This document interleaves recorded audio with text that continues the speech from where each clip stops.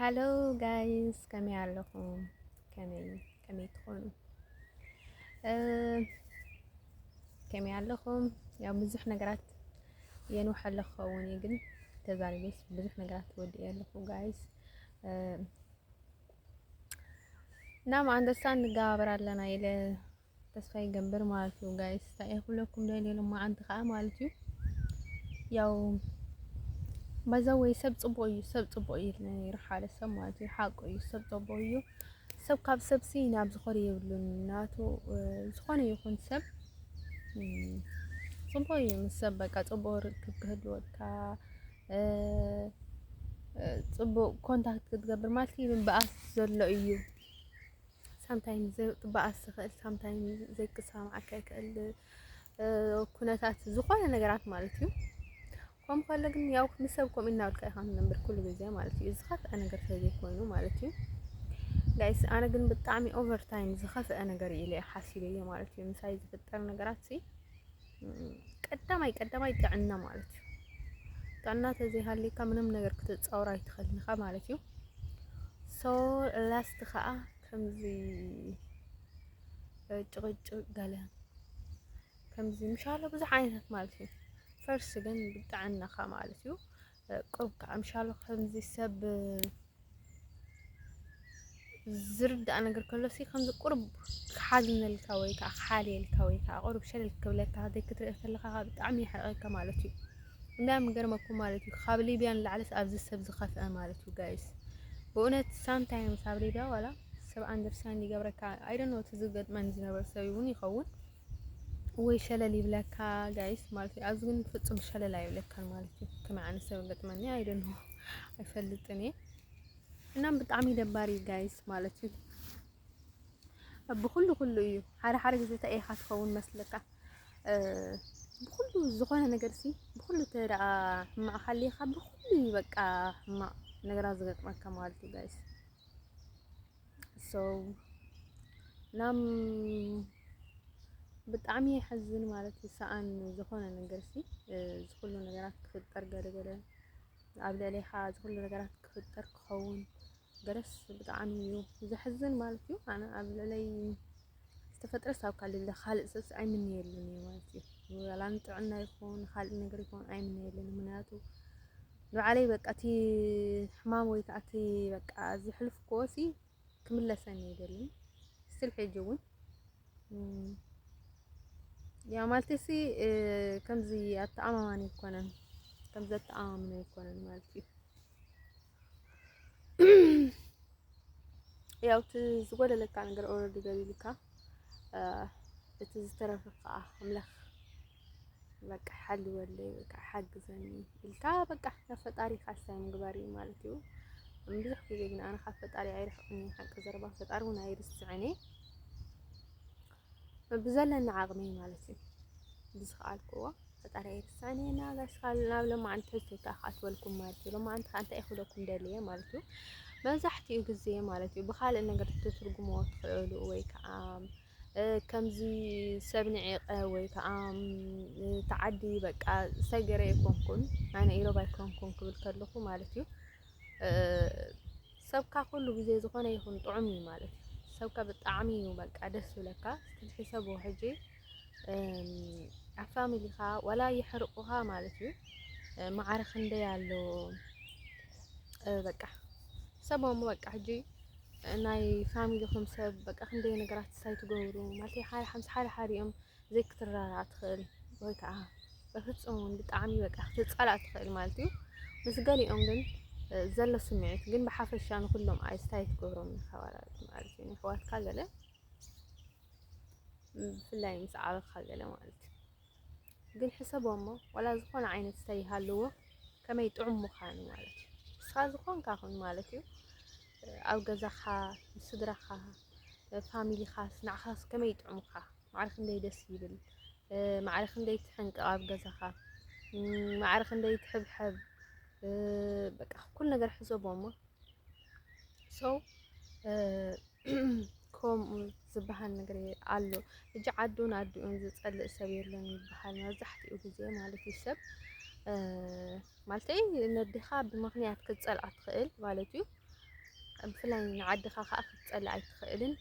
بفلاي زعابخال مالتي كم زت أسير كاوي خاف زتروجين كاوي تشوكين كاتزخوني مالتي بفلاي جزء قلعنتك كم عدخا كم حزبخا مسخا بقى خم هاجركا خم كل نجركا خوينو مسخا زنبرو ساعات فلا يبقى زي قلعنتك خابز نجر عقاتنا ያው ወላይ ጋጥንካ ሶም ስድረኻ ስለዝግስ ኩሉ ነገር ንዓኻ ክብሉ ሳቅዩ ይካላኸሉልካ ኩሉ ሓላፍነት ሶም ተወስወስ ምንም ነገር ስማዓካን ማለት እዩ ጋይስ እዚ ክብል ከለኹ ኣነ ንማንም ምስታይ ገይረ ወይ ከዓ ንማንም ነቒፈ ንዒቐ ፀሊኤ ወይ ከዓ ያው ምጥላእ ምስ ግዜ ዝመፅእ ነገር እዩ ክፀልእ ትኽእል ኢኻ ምክንያቱ ከምቲ ፀልኦም ተገይሮም ካቲኦም ሰባት እዮም ግን ብፍሉይ በቃ ፍሉይ ነገር ሃልይኒ ኮንኩን ፍሉይ ነገር አልተፈጢሩሎ ግን ማልተይሲ ካኡ ወፃኢ ማለት ፍሉይ ምክንያት ይብለኝ ማለት ፍሉይ ምክንያት ኩለኩም ከለኹ ከምዚ ብኻልእ ብፍላይ ከዓ ከምዚ ከተርቡ እጉሞ አይደለኒ ማለት እዩ ኣነ መብዛሕትኡ ግዜ ምንታይ እየ በቃ መልስ ዘይምልሰሎም ዝነበርኩ ማለት እዩ ቀዳማይ ነገር ወይ ከምዚ ዝኾነ ነገር ብጣዕሚ ኣገዳሲ ነገር ተኾይኑ ናይ ግድን ኻን ሰብ ትነግሮ ማለት እዩ እንተ ዘይኮይኑ ከዓ ከከም ሰብ እዩ ማለት እዩ ኣነ ከዓ መብዛሕትኡ ግዜ ሸለል ይብሎም ነይረ ማለት እዩ sometimes still ብጣዕሚ ዝመለስኩሎም ሰዓት የብለኝ still ዋና ኣነ ከምዚ ኢሮቤ ገለ ዋላ ተዘይለ ማለት እዩ ون كمزي أيكون كونو ون أيبلم مالت وش أجرس قيبل نيرة مالتو جايس قل يرد عني كل نجرات أندرساند قبل نيرة مالتي عدين سألكو كل نجرات يرد عني نيرة ستيل بتعني كمزي تتأرد ألفون نيرة ليش تاي بس إحنا قرقات سمع ستيل حالة نجرات سي بقالة جلس سمع خا مالتيو تمز مثل كذا برا نجرن تخونات كأخالي خوين بتحكى خلو تأو تخالي بقى كناتي لايف كل نقرأ عليكم على هنا بفلاي نقوم كيت ترجموا مالتي كل جزء أنا هجي كم زازل الأخوة زي فتوى النسب مالتي ببحرياتي بتأبعي بكل نقرأ بملتعي خون ولا بسخون نقرأ زي عجب السبب مالتي أنا صغير قغير راسي فتوى نكلمي ستيل ولا هاي مالتي يغير زخانة ولا حق قريت زارية من مصغير نقر يلين جايس مالتي لا بس زخانة شجرت حالي وبشتي شجرك فتح له خلقهم كابتي زنبرا اللي عليك كوسخ مالتي زنبرا تخويني مالتي زي نبرا جن بحدش عايشت أرن جايس انت اخو لكم دالية تقندي ايكون كون زبلن مخنياتك كأبز حالن مالتي مالتي بتعمل كزارة ولا زدلكم مالتي بزح نقرات علني قلنا عين من ما يمثلن النيرو مالتي جايس كوم مبال مالتي مقارن مبالن كأي فلالين كأي مصيركم ولا أنا عيت حاسبة منون عيكون كون مالتي نزحتي إذا زياوي مثلا إيو sometimes مالتي بتنورمالي كمزي أيكون كون ويكا خمزي أي تمثلين وكمزي استايقري يولوخا مالتو أنا بيمثل أي مثلن قال مبال زروا أي فوتوني حق زروا مالتو كمزي خمزي أيكون كون كمزي خمزي سلزخونة كمزي أي كمثل أي كألني إذا إيو خاعتي مخنيات أي كاوكالو ديفرنت مزلخو بوتاري ولا مزلخو سب ديفرنت خلوان نزقبرة مالتو إذا إيو كل تزي كوينة قوم عين الزربان عيد دسا يولن جايس هانتي مجمرة جزاك نقولكم برجعن قال اسم مزيو خمسة عيت مثلا قبلك خلوجن شجرة يولن قبل يخالي يا حاجة إيو قبلك هذه كلمة برتسب تمثل يمثل مثل عدد يتأني بحال مالتيو sometimes كأ بقى فلوت نقر على مالتيو منهم مسكر زي اليوم بقى فلوت جن عابنات زغانة نجر زغانة ريخات ترد أو نجرسي كمزي أو قال استايك بقبريت خلنا خمالتي جايس بقى كمزي شمز تتصحف له استايو مالتي رد أو نجر على مالتي كمزي الشمس تتصحف له بدقة بس اللي خاهم زغانة عينك مدوي أب ماركت جلس كم مالتي رد أو نجر على ሰው እና እንታይ ይኽብለኩም ደልየ ጋይስ እና ኣብዚ ሕጂ ከዓ ብጣዕሚ በቃ ከምዚ ብጣዕሚ ሰብ ከኣሳይ ክኸውን መፂኡ ምስኡ ከዓ ብጣዕሚ ዝራኽውን ዝገረመኒ ብፍላይ ከዓ ናይ ከባቢኻ ሰብ ወይ ከዓ ኣብ ከባቢኻ ዝነበረ ሰብ ፅቡቕ ዝበልኩሉ ምክንያት ከዓ ማለት እዩ ንዓይ ማንም ምንም ተዛሪብኒ ይፈልጥን እዩ ኢሮብ ይኹን ካልእ ይኹን ከምዚ ሕማቕ ተሓስብልና ወይ ከዓ ከምዚ ክትገብርና ተሓስቢ ወይ ከምዚ ዝፀልእና ገለ ዝበለኒ ሰብ የለን ስቲል ኣነ ንኢሮብ ብዝኾነ ሰብ ኮይነ ሓመይ የፈልጥን እዩ ማለት እዩ ስቲል ኣነ ዝኾነ ሽግር ተሃልዩኒ ምስ በዓል እየ ዝዛረብ ማለት እዩ ምስ ዝኾነ ደስ ዘይብል ተሃልዩኒ ከዓ ምስ ዝኾነ ምስ በዓሉ ሰብ እየ ዝዛረብ ደም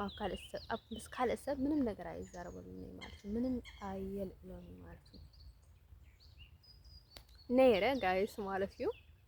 ኣብዚ ጉዳይ እዚ ብጣዕሚ እየ ንባዕለይ ዘደንቕ ማለት እዩ ምንም ሕማቕ ነገር ኣይገብርን ማለት እዩ እቲ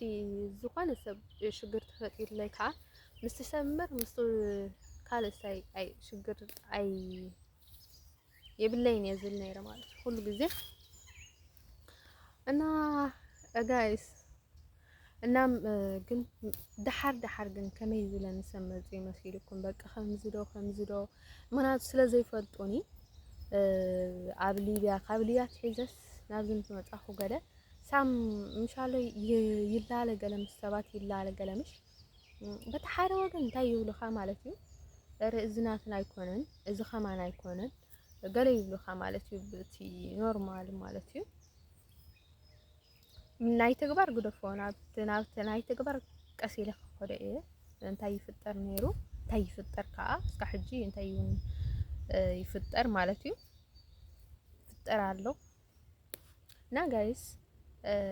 ነስ ኮሚ ይብሉን ማለት እዩ ኢቨን ኣነ ኣብቲ ዝነበርክዎ ከባቢ ይኹን ማለተይሲ ብዙሕ ነገራት ይዝረብ እዩ ሕጂ ዝኾነ ዘይገበርካዮ ዘይወዓልካዮ ብዙሕ ነገራት ይዝረብ እዩ ማለት እዩ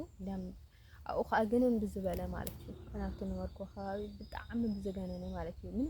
ከይረኣኻ ከይገበርካ ማለት እዩ እና ጋይስ ኣይኹለኩም ደልየ ግን ድሓር ግን በቃ ሰብ ካልእ ኣንፈት ሒዙ ማለት እዩ ኣዋል ብፍላይ ካልእ ኣንፈት ሒዘን ማለት እዩ ጋይስ በቃ ብካልእ ዓይነት መንገዲ ክርዳእኒ ጀሚረን ገለ ሰው ኣነ በቃ እዚ ሕማቕ ነገር ስለዘይሓሰብኩ ወይ ከዓ ሰብ ያው ህልኽ ምን ይሕዘካ ሕማቕ ነገረካ ፅቡቅ ትገብረሉ ትኽእል ንኻ ኣነ ግን ዝኾነ ነገር ኢለ ግን ኣይተዛረብኩምን ጋይስ ማለት እዩ ብፍፁም ብተኣምር ኣይመፅን ሕማቕ ኣልዒላትና ዝብል ማለት እዩ ብፍላይ ምስ በዓል ተዘይኮይኑ ምስ ካልእ ሰብ ማለት እዩ ስቲል ሰዓለም ዝበልክዎ እውን ሕማቕ ነገር ስለዘይኮነ ካብቲ ግልፂ ዝኾነ ዘረባ ንላዕሊ ምንም ነገር ኣይተዛረብኩን ማለት እዩ ምስ ካልእ እሞ ብፍፁም ምንም ነገር ማለት እዩ እንዳም ብጣዕሚ ዝገርመኒ ማለት እዩ እቲ ምንም ነገር ዘይምዝራበይ ምንም ነገር ዘይምባለይ ብጣዕሚ ዝገርመኒ ግን ንኸይዛረበሉ ከዓ ምክንያት ነይሩኒ ማለት እዩ ምክንያቱ ከምቲ ዝበልክኹም ንዓይ ጎቲቱኒ ናብኡ ዝወሰደኒ ሰብ የለን ናብ ኢሮብ ዝወሰደኒ ሰብ የለን ምንም ነገር ማለት እዩ ሽግር ካብ ባዕልኻ ክትከውን ተለኻ ያው ዋላ ካብ ወለድኻ እውን ይኹን ባዕልኻ ክትሕመሎ ኣለካ ወይ ከዓ ባዕልኻ ክትፃወሮ ኣለካ ገለ ስለዝብል ነበርኩ እየ ማለት እዩ ጋይስ ሰው እና ኣብ ከባቢኻ እንታይ ይብሉን ነይሮም መሲልኩም ያው ፍፁም ዋላ ዝኾነ ነገር ማለት እዩ ዝገብሩ ዓይነት ተኮይኑ ዋላ ኣይፍተውኒ ማለት እዩ ጋይስ ክሳብ ኩልኡ ግን ከምኡ ኢሉ ዝዛረብ በቃ ከምዚ ሓሲብክ ዶ ከምዚ ንሳይ ጌርክና ዶ ከምዚ ዳውን ጌርክና ትገብርና ተሓስቢ ዶ ከምዚ ተሓስቢ ዶ ገለ ዝብለናስ ኣይነበረን እናስ እቲኦም ከምኡ ዝብሉ ከዓ በቃ ከምዚ ሳከት ከለዉ ማለት እዩ እንዳም ፅቡቅ ዘይዛረቡ ዋላ ንባዕሎም ምስሊ ፅቡቅ ዘይዛረቡ ናይ ባዕሎም ፅቡቅ ዘይዛረቡ ቢያንስ ዋላ ሕማቕ ዋላ ፅቡቅ እውን ኣይተዛረብቲ ሕማቕ ግን ኣየድልን እዩ ማለት እዩ ብፍላይ ማለተይ ንዓለኻ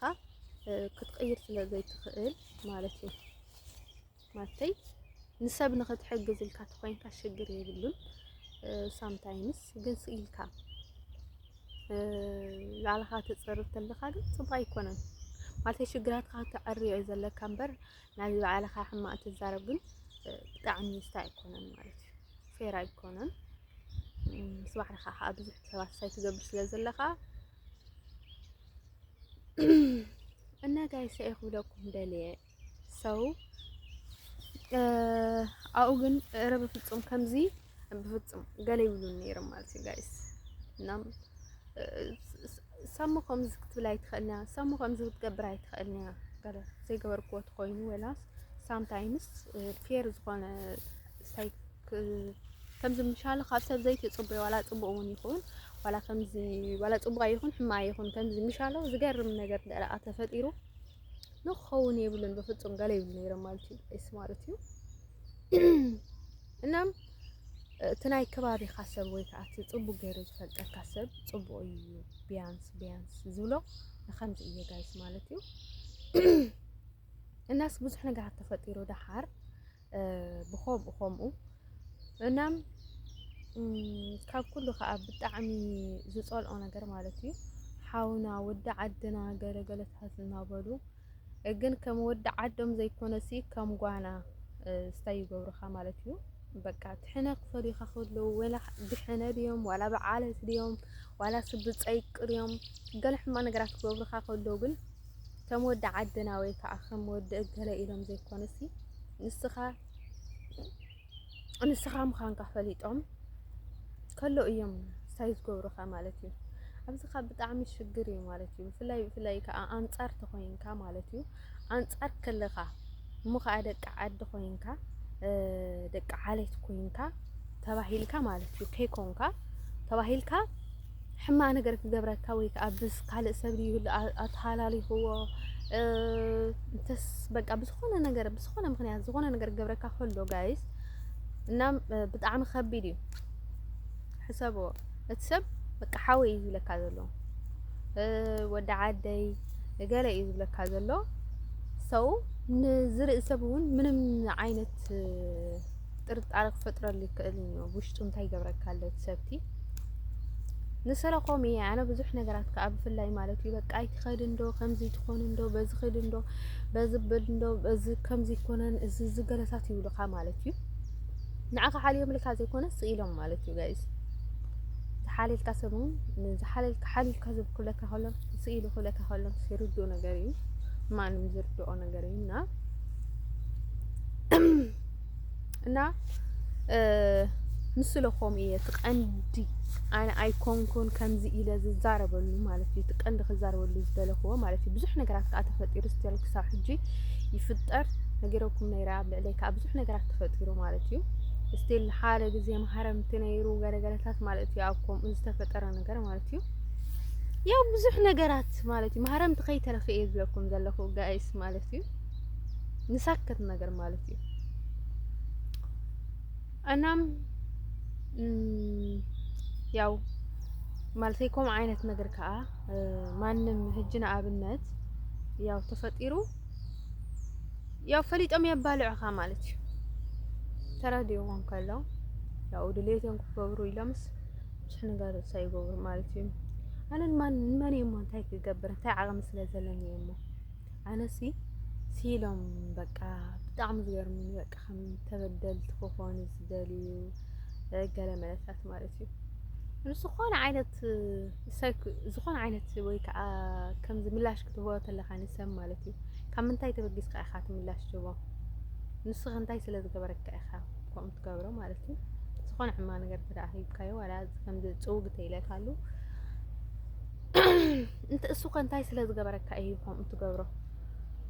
እዩ ትቐንዲ ማለት እዩ ከምኡ ዝብል ሰብ የለን ማለት እዩ እናም ጋይስ ኣነ ከምዛ ዘለኹ ዘይፈተውኒ ሰብ ማለት እዩ ክስተኽገብረኒ ይክእል እዩ እናም ብዙሕ ሰብ እውን ይፈልጥ ኣብ ዝኾነ ሰዓት ከም ዝኾነ ኮይንካ ማለት እዩ ተረዲእዎ ከሎ ግን ካብ ጎንኻ ዘይርሕቁ ሰባት ኣለው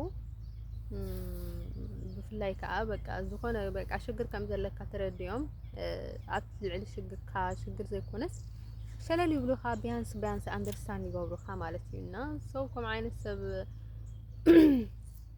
ወላ ምንም ኣይግበሩለይ በቃ ከምዚ ምንም እውን ስለ ዘይገበሩኒ ምንም ኣብ ልዕለይ ስለ ዘይሓሰብኮ ብጣዕሚ ከምዚ ምንም ይደሊ ማለት እዩ ከም ዝኾነ ኮይንካስ ኣብ ጎንኻ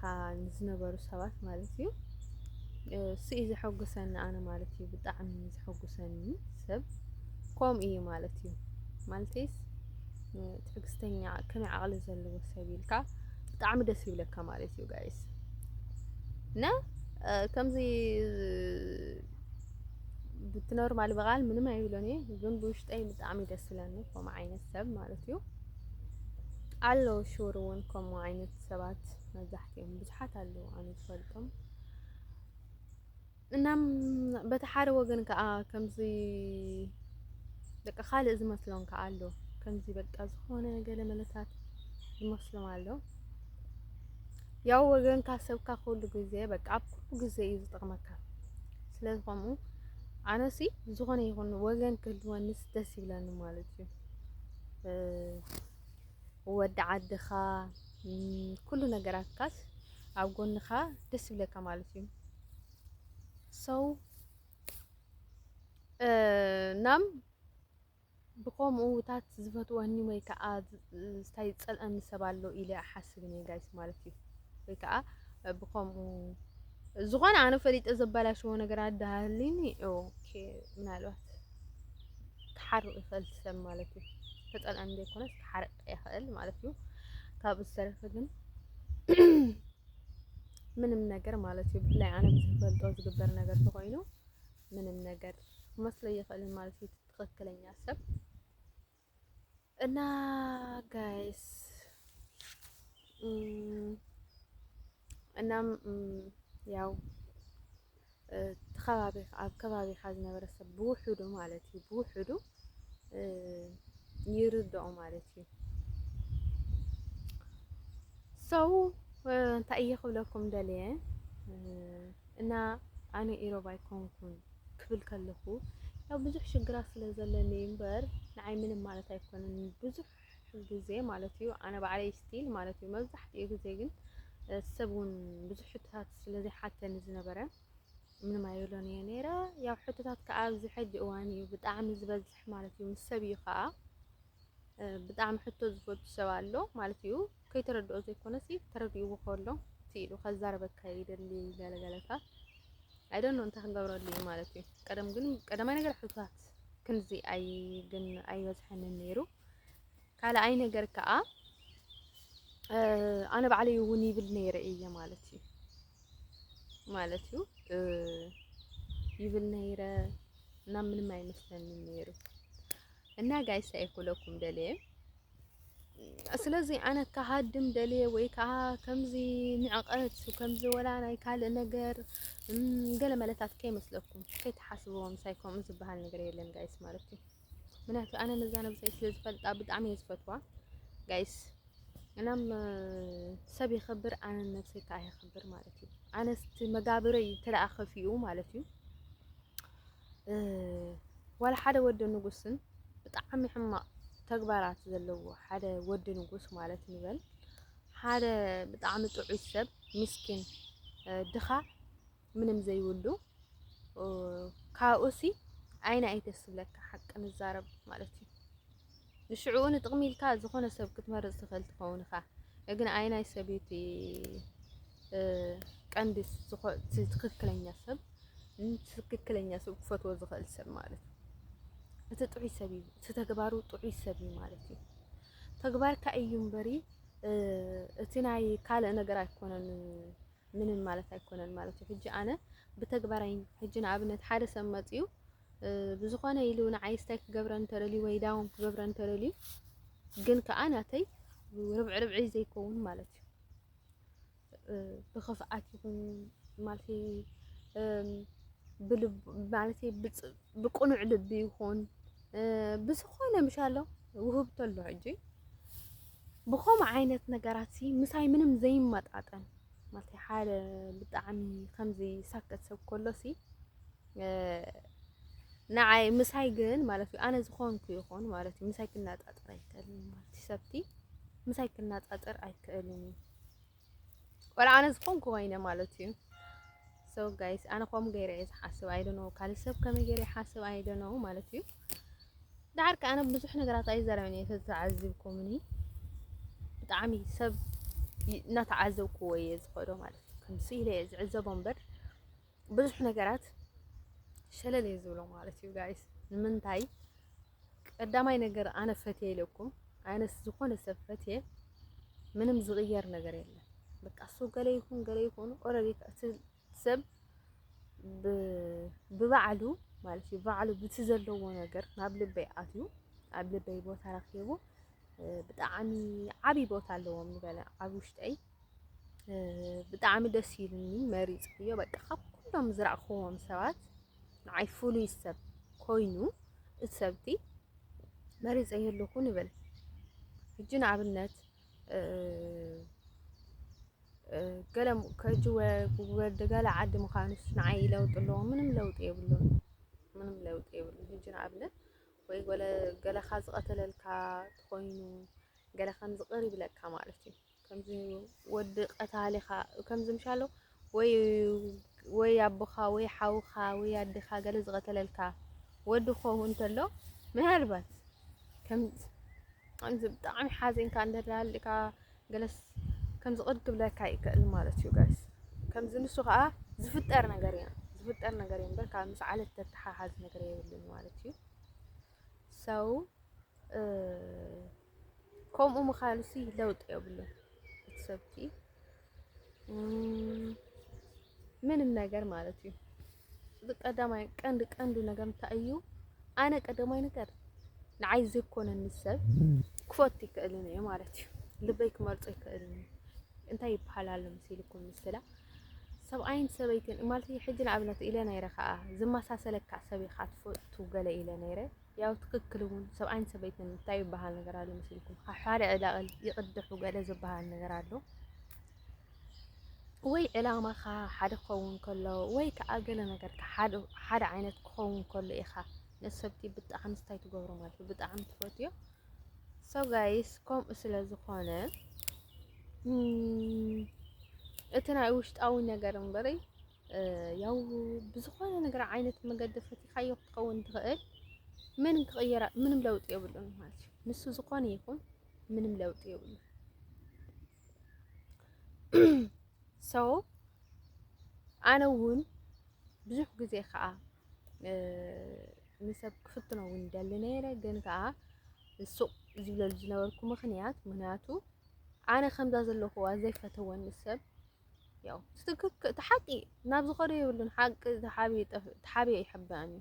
ሓቂ ናብ ዝኸደ የብሉን ኢቭን ሳምታይምስ ፈሊጦም ከለዉ እውን ከምዘይፈልጡ እዮም ዝኾኑ ፈሊጦም ከለዉ እውን ስቲል ስኻ ተዛረብቲ ይደልዩ ማለት እዩ ንሱ እውን ሓቂ እዩ ክትዛረብ እውን ኣለካ ንምንታይ በቃ ካብ ልሳንካ ክሰምዑ ኣለዉ ሳምታይምስ ሓደ ነገራት ማለት እዩ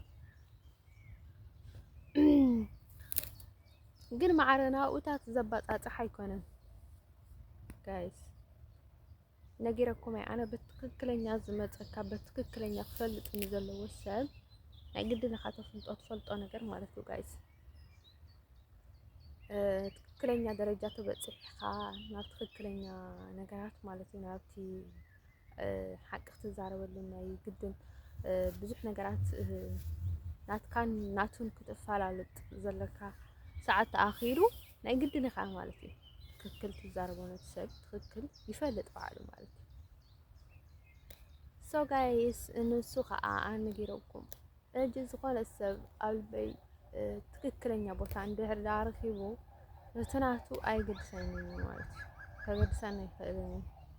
ሶ ጋይስ ኣነ እውን ከምኡ ኢለ ዝሓስብ ንስለኹም እሱ ዝቕየር ነገር ኣሎ ኢለ ኣሓስብን እየ ብዙሕ ግዜ ከዓ ምክንያት ዝፈጥር ሰብ ዘይክደሊ ከሎ እዩ ብዙሕ ምክንያታት ዝፈጥር ሰብ ኮይኑ ምክንያት ቀንዲ ናይ መህደም እዩ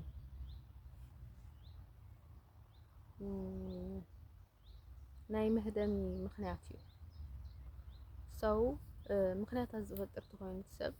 በቃ ሸለል ትብሎ ማለት እዩ ምክንያቱ ከኸይድ ተደልዩን ብግዴታ ዝኸውን ነገር ስለዘየለም ምክንያቱ ሓደ ሰብ ወላ ከምዚ በቃ ከምዚ ብፅቡቅ ክኸደካ ይደሊ ማለት እዩ ምንም ነገር ኣይሃሉ ወላ ሽሙ ኣፀቢቑ ድዩ ክኸይድ ስለዝደሊ ብዙሕ ነገራት ይፈጥር ማለት እዩ ጋይስ ሰው እንታይ ይኽብለኩም ደልየ ኣነ ከምዚ ክብል ከለኹ ንኢሮብ ብጣዕሚ ዝተሃልኒ ኮንኩን ብጣዕሚ ሕማቕ ኣመለኻኽታ ሃልዩኒ ኮንኩን ከምዚ ሕማቕ ኣመለኻኽታ ትብል ከለኹ ከምዚ ምናቱ ሕጂ ኣነ ኢሮብ ተዝኸውን ነይረ ምስ ኢሮብ ምጣዓመኒ ነይሩ ሰው ምንም ዓይነት ነገር ክስማዓኒ ኣይምኽኣልን ማለት እዩ። ኣነ ግን ስለ ዘይጠዓመኒ እየ ዝብለኩም ዘለኹ ምስ ኢሮብ ኣይጠዓመኒን ኢሮብ እውን ኣይኮንኩን ከምኡ ኢለ ከዓ ሰብ ክፃወተለይ ኣይደልን ቀንዲ ነይረኩም እየ ኣነ ብጣዕሚ ዝገርመኒ ሰብ ማለት እዩ ኩሉ ነገር ዕድል ከለዎ መፃወቲ ናይ ሰብ ዝኸውን ሰብ እዩ ብጣዕሚ ዝገርመኒ ካብ ቆፂሉ ከዓ ብጣዕሚ ዝሕርቀኒ ሰብ ንሰብ መፃወቲ ሰብ ዝገብሮ ሰብ እዩ ማለት እዩ። እናም እዚ ምስ ካልእ ነገር ከይተሓስቦ ማለት እዩ ጋይስ ዋላ ከይኮንካ እውን ፅቡቅ ርድድእ ይህልወካ እዩ ግን ሓደ ሓደ ኣሎ ከምዚ ሕማቅ ንክገብር ዘለየ ዕድል ክትፈጥረሉ የብልካ ንባዕልኻ ስቆም ኢለ ስለ ዝሓስብ እየ ኣነ ከዓ ኬርፉል ምዃን ብጣዕሚ ደስ ዝብለኒ ጋይስ ምጥንቃቕ ቀዳማይ ነገር ከዓ ርኢኻ ሸለል ዘይምባል ክበዝሕ የብሉን ከዓ ሸለልትነት እውን ኩሉ ነገራት ከዓ በቃ ሓቂ ዝመስል ሓደ ሓደ ግዜ ሓሶት ተበዚሑ ሓቂ ይመስል ዝበሃል ነገር ኣሎ ማለት እዩ። እቲ ድራማ ሲ ብደንገ ትሪኦ ተለኻ ሓቂ ይመስለካ ማለት እዩ። ሶ ኣነ ከምዚ ክብል ከለኹ ምንም ኣይመስለኒ ምንም ዘይመስሎ ሰብ ኣሎ ሕጂ ንኣብነት ምንም ነገር ምንም ኣይመስለኒ ኣነ ብዙሕ ነገራት ማለት እዩ ካብዚ ብዙሕ ኣይካብድኒ ከምዚ ምሻለው ብጣዕሚ ስታይ ዝኾነ ሰብ ኣሎ ንናይ ባዕሉ ባህርያት ዘለዎ ሰብ ኣሎ ኣነ ከዓ ከምኡ እሲ ደሓን እየ በቃ ምንም ኣይመስለኒ ማለት እዩ ሰብ ፅቡቅ ተራሃልየ ማለት እዩ ጋይስ ሰው ብከምኡ ክትርድእዎ ኣይደልን ማለት እዩ ቀንዲ ካብ ኢሮብ ዝፀልኦ ኣነ ማለት እዩ ኩሎም ዘይኮነ እንታይ እየ ዝብለኩም ዘለኹ ኣነ ሕጂ ንኣብነት ሱቕ ኢለ ክርሕቆም ዝደለኹ ማለት እዩ እቲኦም ወይ ከዓ ሱቕ ኢለ በቃ ፀግዐይ ክሕዝ ዝደሊ ንምንታይ ድየ ቀዳማይ ነገር ንዝኾነ ሰብ ሕማቕ ምዃኑ ስለ ዘይትፈልጦ ይኮንካ ሕማቕ ስለ ዘይትፈልጦ ዘይኮንካሲ ሱቕ ኢልካ ስታይ ትገብሮ ያው ካብኡ ዝኸፍአ ነገር ንኸይመፀካ ሕጂ ንኣብነት ወይ ክትፀርፎ ከለኻ ወይ ዝኾነ ነገር ክትብሎ ከለኻ ንሰብ ትፅውዖ ኣለኻ ማለት እዩ በቃ ትፅውዖ ኣለኻ ማለት እዩ ስታይ ማለት እዩ ሶ ንስለኾም እየ ኣነ ብዙሕ ነገራት ዘይፃረፍ ተረዲእኒ ከለኹ በቃ ሸለል ዝብል ማለት እዩ ብዙሕ ዘይዛረብ ከምዚ ገሊፀ ሕጂ ገሊፀ ዝዛረቦ ዘለኹ ገሊፀ ዘይዛረቦ ዝነበርኩ በቃ ዝሓይሽ ይመስለኒ ነይሩ ማለት እዩ ጠቅዓኻ ዝትሕዝ ስኢልካ ኮመ ይሓይሽ ይብል ነይሩ ማለት እዩ ብዙሕ ሰብ በቃ ንምንታይ እዩ ከምዚ ዝፍጠር ንምንታይ ገለ ኢሉስ በቃ ብጣዕሚ ግራ ይኣትዎ ስቲል ብጣዕሚ ከምቲ ዝበልኩኹም ብጣዕሚ ብዙሕ ነገራት ይዛረቡ ብዙሕ ነገራት ብጣዕሚ ብዙሕ ነገራት ስቲል ክሳዕ ሕጂ ኮነን ቀደም ምንም ከይፈለጥኩ ከለኹ ብዙሕ ነገራት ይዛረቡ ነይሮም ኣብ ልዕለይ ግን ንሱ ያው ኦረዲ ለሚደዮ ብድሕሪኡ ከዓ በቃ ከምዚ ምሻለው ተሓሪቕካ ብውሽጥኻ ደስ ኣይብለካን እዩ ከምኡ ዓይነት ነገር ዋላ ሱቕ በለ እውን ደስ ኣይብለካን እዩ ግን ንምንታይ ደስ ሱቕ ኢለ ስታይ ዝሕዝ ነበርኩ በቃ ሲለ ፀግዐይ ክሕዝ በቃ ሕማቕ እውን ስለ ዘይኮንኩ ሓቂ ዝረባ ቀንዲ ነገር ካብኡ ብተወሳኺ ከዓ ያው በቃ ከምዚ ቢያንስ ማለት ሓደ ሰብ ንኩሉ ሰብ ስታይ ጌርካ ክትዛረቡ ተለኻ ብዙሓት ሰብ ከዓ ክትትንከፍ ኢኻ ማለት እዩ ዝኾነ ሰብ ማለት እዩ ዝኾነ ብኢሮብ ሽም ይሃሉ ዋላ ኣይኹን ማለት እዩ